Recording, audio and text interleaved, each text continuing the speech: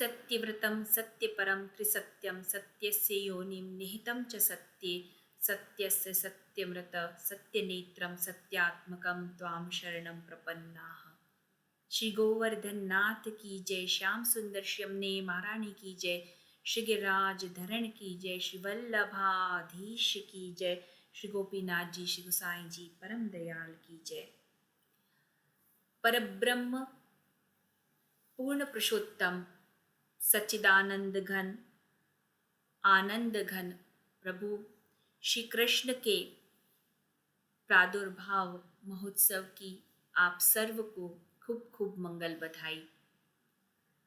प्रभु जो सत्य रूप हैं, सत्य स्वरूप हैं, जगत के परमार्थ स्वरूप हैं, सत्य ही जिनकी प्राप्ति का साधन है, ऐसे सत्य संकल्प प्रभु सादेव की सर्व जगन निवास निवास भूता नितराम नरेजे भोजेंद्र गेहे अग्निशिखेरे वृद्धा सरस्वती ज्ञान खले यथा सती। जो प्रभु भगवान जगदीश सारे जगत के निवास स्थान है, सर्व जगन निवास स्थान, वो पुरुषोत्तम अपने सर्व ज्ञान बल और अंशों के साथ माता देवकी के गर्भ में यानी कि कोख में पधारे हैं। सर्व जगत के निवास स्थान और उनका निवास स्थान बनी है माता देवकी।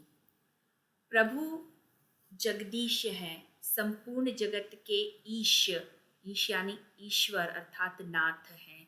फिर भी भक्तों के उद्धार के लिए, जगत का उद्धार करने के लिए जैसे भक्त है गोप भेष जगदीशो, ऐसे जगदीश आप गोप बालक, जैसे गोकुल के ग्वाल बाल हैं, ऐसे ग्वाल ऐसा वेश धारण करके, गोप भेष ऐसा गोप वेश धारण करके आप भूतल पर पधारे हैं।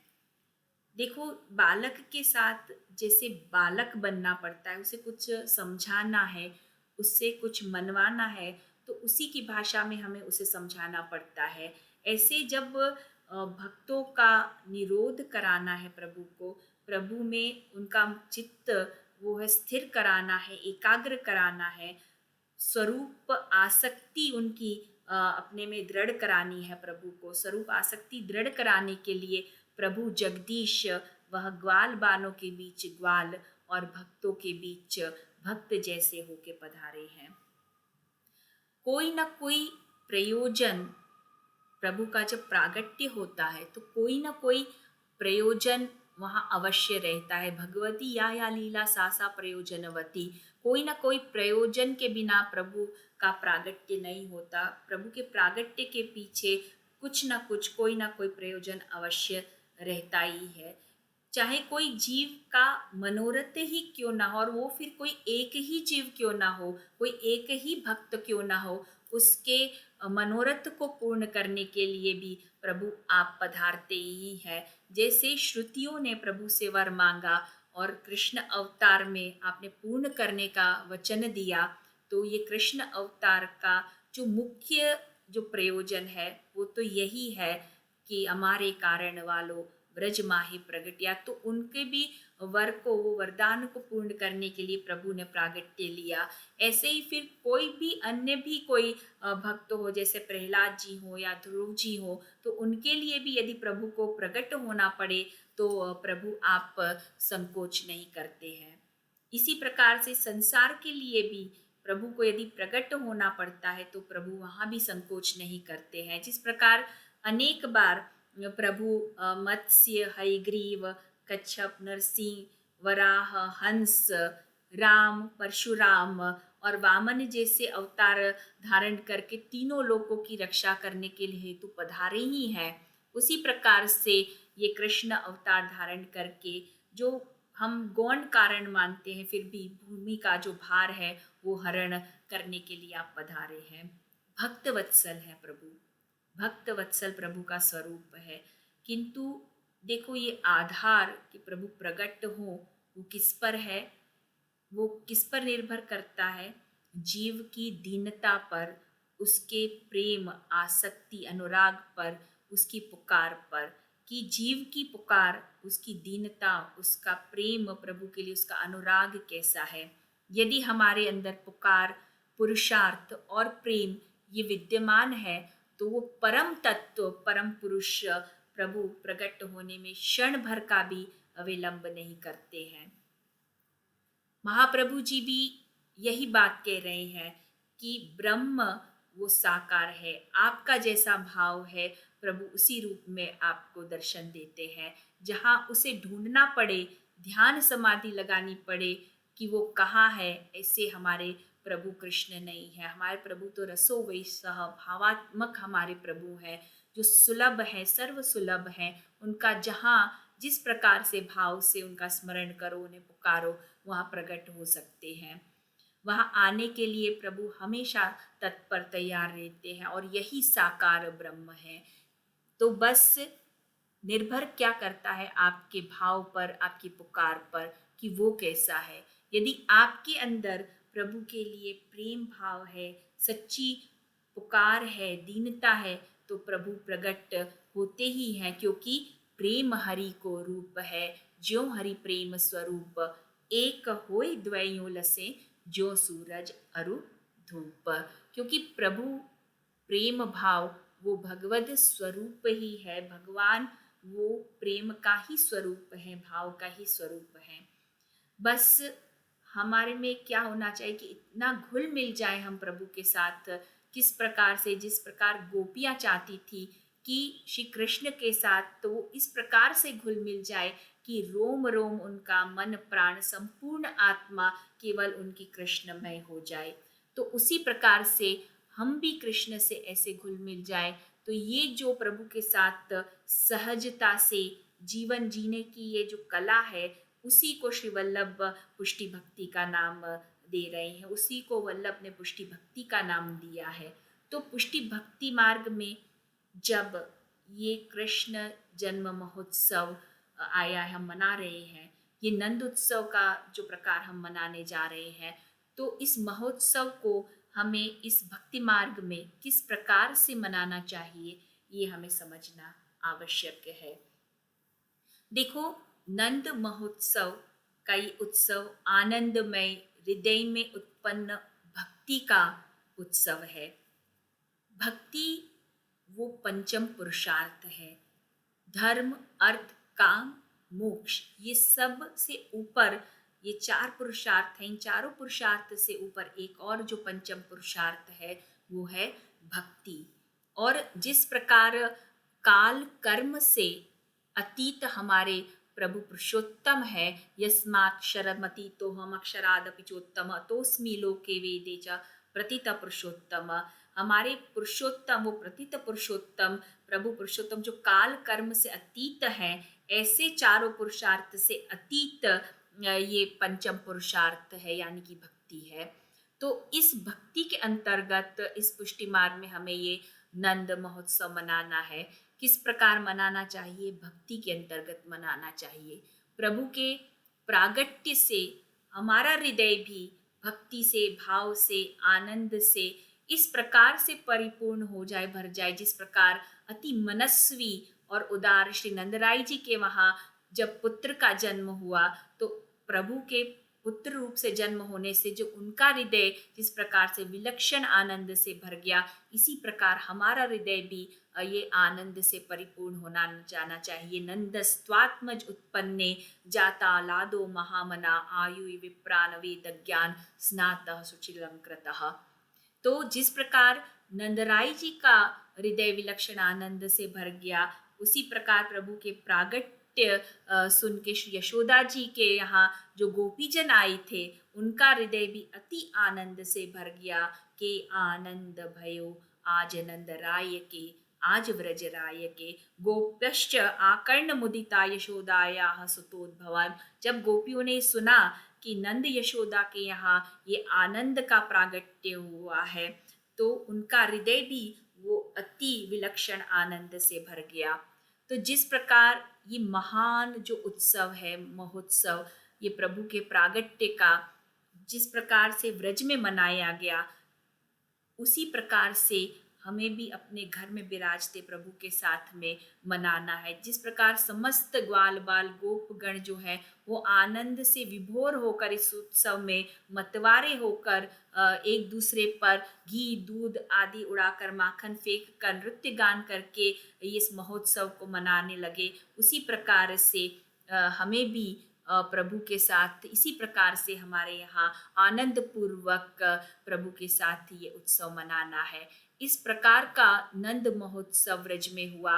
गोपः परस्परम रिष्टादधिक्षीर्घृताम्बुभिः आसीन चिंतो विलिम्पन्तो नवनीतेश्च शिपोः के एक दूसरे पर सर्व दूध घी सामग्री फेंक कर सर्व माखन फेंक कर नृत्य कर गान कर व्रज भक्तों ने व्रजवासियों ने ये उत्सव मनाया। तो इस प्रकार से जब हम भक्ति से आनंद से हमारे घर में विराजते प्रभु को हम ये उत्सव मनाएंगे, पालना झुलाएंगे प्रेम से, हमारे हृदय के पलने में हमारे हृदय के पालने में प्रभु को झुलाएंगे, तो हमारे अंदर भी ऐसा ही भक्ति भाव प्रकट होगा, ऐसा ही उत्साह ऐसा ही उत्सव हमारे हृदय में भी प्रकट होगा कि हे री हे आज नंद राय के आज व्रज राय के आनंद भयो। तो गोपी जनों के यहाँ इस प्रकार से प्रभु ने प्रकट होकर नंदराय जी यशोदा जी के यहाँ इस प्रकार से गोपी जनों को सर्व व्रजवासियों को आनंद कराया। व्रज भयो महर के पूत जब यह बात सुनी सुनी आनंदे सब लोग गोकुल गणित गुनी। ये भाव से जब हम नंदोत्सव मनाएंगे कि व्रज भयो महर के पूत जब यह बात सुनी सुनी आनंदे सब लोग गोकुल गणित गुनी, हमारा उत्सव वो भक्ति के अंतर्गत जो पंचम पुरुषार्थ है भक्ति के अंतर्गत ये समझो कि हमने मनाया जो श्री महाप्रभु जी द्वारा उपदिष्ट है। तो इस बात को अच्छी तरह से समझ लें कि प्रभु उसी के वहाँ प्रकट होते हैं जिसके हृदय में भक्ति जन्मती है, उन्हीं के पालने में प्रभु झूलते हैं, जो अपने हृदय के पालने में प्रभु को पधरा कर झुलाते हैं। प्रभु उसी के हैं जो प्रभु का है, प्रभु उसी के वश होते हैं जो प्रभु के वश होता है। तो भगवान प्रभु श्री कृष्ण जगदीश वो समस्त जगत के एकमात्र स्वामी है। कृष्णे विश्वेश्वरे अनंते नंदस्य व्रजमागते, उनके सर्व ऐश्वर्य माधुर्य वात्सल्य सभी गुण जो है प्रभु के वो अनंत गुण है। यो वानंतस्य गुणानंतान अनुक्रमीशन सतुबाल बुद्धि। तो ऐसे जो जगदीश हैं वो कैसे हैं, हमारे हृदय को अति प्रिय है, ऐसे हमारे जगदीश है। जी अर्थात हृदय, लाल भामतो जी को ऐसे प्रिय हमारे प्रभु हैं। और ऐसे प्रिय कि जैसे व्रज भक्तों को प्रभु का महात्म्य भूल गया और वो प्रभु को कि वो जगन्नाथ है ईश्वर है, वो प्रभु को आशीष प्रदान करने लगे कि चिर जियो गोपाल रानी तेरो, चिर जियो गोपाल, ऐसे आनंद से मुदित होकर वो नृत्य गान करने लगे और आशीष देने लगे बालक को कि चिर जियो गोपाल रानी तेरो, चिर जियो गोपाल देत असीस सकल गोपी जन, चिर जियो कोटि बरीसो। श्रीमद् भागवत में भी इसका उल्लेख आता है कि गोपीजन कह रहे हैं कि ता आशीष प्रयुंजनाश्चिरम, कि गोपीजन प्रभु को आशीष दे रहे हैं, व्रज भक्त प्रभु को आशीष दे रहे हैं कि वो चिर जीवे, और प्रभु से ऐसी प्रार्थना भी कर रहे हैं कि हे प्रभु आप इस बालक की रक्षा करना। तो ऐसा भाव गोपीजनों में है और फिर ऊंचे मधुर स्वर से मंगल गान कर रहे हैं गोपीजन। तो देखो आशीष दे रहे हैं, आशीष भी दे सकते हैं प्रभु को, ऐसा क्यों, ये समझो क्योंकि स्नेह का प्रकार है, शुद्ध प्रेम है, अंतःकरण उनका अति आनंद से प्रफुल्लित हो गया है और नृत्य गान करते हुए गोपीजन जो है अति आनंद से विभोर होकर प्रभु को आशीष दे रहे हैं। शुद्ध अंतःकरण से उनके मन में प्रभु के लिए प्रेम भाव आ सकती है गोपीजनों में, ब्रज भक्तों में। तो उनका हृदय का भाव प्रेम वो शुद्ध है, निर्मल है, और जो शुद्ध निर्मल हो उसी के भगवान की प्राप्ति भी होती है। तो अंतःकरण शुद्ध होने पर क्या है, भगवान प्रभु का आविर्भाव वहाँ होता है। इसलिए जब प्रभु प्रकट होते हैं, प्रकट हुए तो समस्त समष्टि को शुद्ध प्रभु ने किया। प्रभु सर्व को निरुद्ध करके काल, नक्षत्र, जल, पृथ्वी, वायु, आकाश, अग्नि, मन, दिशा सबको निरुद्ध करके आप प्रभु प्रकट हुए हैं। अतः सर्वगुणोपेत काल परम शोभन यह येर्वा जन्म रक्षम शांत रक्ष ग्रह तारकम दिशः प्रसेद दुर्गगनम निर्मलोड़ु गणोदयम। प्रभु सर्व को निरुद्ध करके सर्व को शुद्ध करके आप प्रकट हुए हैं। प्रभु के प्रागट्य होने से प्रभु के प्रकट होने से समस्त जो समष्टि है वो विशुद्ध निर्मल बनी है। सर्व के कल्याण हेतु ही प्रभु प्रकट हुए हैं। इसीलिए देखो प्रभु का जो हम अब देखें कि प्रभु का प्रागट्य किस मास में है, नक्षत्र में है, तो उसका जो हम विवरण देखें तो प्रभु का प्रागट्य भाद्र मास में है, व्रज भादरवा यानी कि, और गुर्जर मास अनुसार श्रावण मास, किंतु व्रज के भाद्र मास में प्रभु का प्रागट्य हुआ है, जिसका अर्थ होता है कल्याण। भाद्र का अर्थ है कल्याण देने वाला। और पक्ष भी देखें तो क्या है, अष्टमी पक्ष जो है कृष्ण पक्ष है, अष्टमी तिथि है। कृष्ण पक्ष जो स्वयं कृष्ण के संबंध है, तिथि है अष्टमी। अष्टमी तिथि है, अष्टमी पक्ष के बीचों बीच पड़ती है संधि स्थल पर। और निशीथ वो क्या है, रात्रि का सब निशीथ काल है प्रभु जो प्रकट हुए, तो रात्रि और संध्या काल के दो भागों की संधि। और उस समय जब प्रभु प्रकट हो रहे तो प्रभु के जन्म का अर्थ है अज्ञान के घोर अंधकार में दिव्य प्रकाश का होना। आपका प्रागट्य चंद्रवंश में हुआ है प्रभु का। देखो अष्टमी के चंद्र प्रभु का प्रागट्य का समय है रात्रि के मध्य रात्रि को, और अष्टमी के चंद्र का उदय का समय भी वही है। और आप निशानाथ चंद्र के वंश में जन्म लेना है प्रभु को, तो निशा अर्थात रात्रि के मध्य भाग में अवतीर्ण होना प्रभु ने उचित माना है, पसंद किया है। और इसी कारण, इसका कारण भी देखो बता रहे हैं श्रीमद् भागवत में कि वसुदेव जी समुद्र स्नान करके जात कर्म जो संस्कार करने चाहिए वो नहीं कर सके, तो वंश के जो आदि पुरुष है, चंद्र वंश में प्रभु प्रकट है तो उसका आदि पुरुष कौन है, चंद्र है। तो वही समुद्र स्नान करके ये जात कर्म संस्कार उन्होंने किया है। तो आपका प्रागट्य वो चंद्र वंश में हुआ है। नक्षत्र क्या है, रोहिणी नक्षत्र है। रोहिणी कौन है, चंद्र के पत्नी है। तो आप जब चंद्र वंश में जन्म ले रहे हैं तो चंद्र की प्रिय पत्नी रोहिणी में ही आपने जन्म लेना उचित समझा है, आपने जन्म लिया है। तो प्रभु श्री कृष्ण सच्चिदानंद घन पूर्ण पुरुषोत्तम आनंद घन श्री कृष्ण के इस जन्म उत्सव की आप सर्व को खूब खूब मंगल बधाई है। बोलो श्री गिरिराज धरण की जय, श्याम सुंदर शिवने महारानी की जय, श्री गोवर्धन नाथ की जय, श्री वल्लभाधीश की जय, श्री गोपीनाथ जी, श्री गोसाई जी परम दयाल की जय।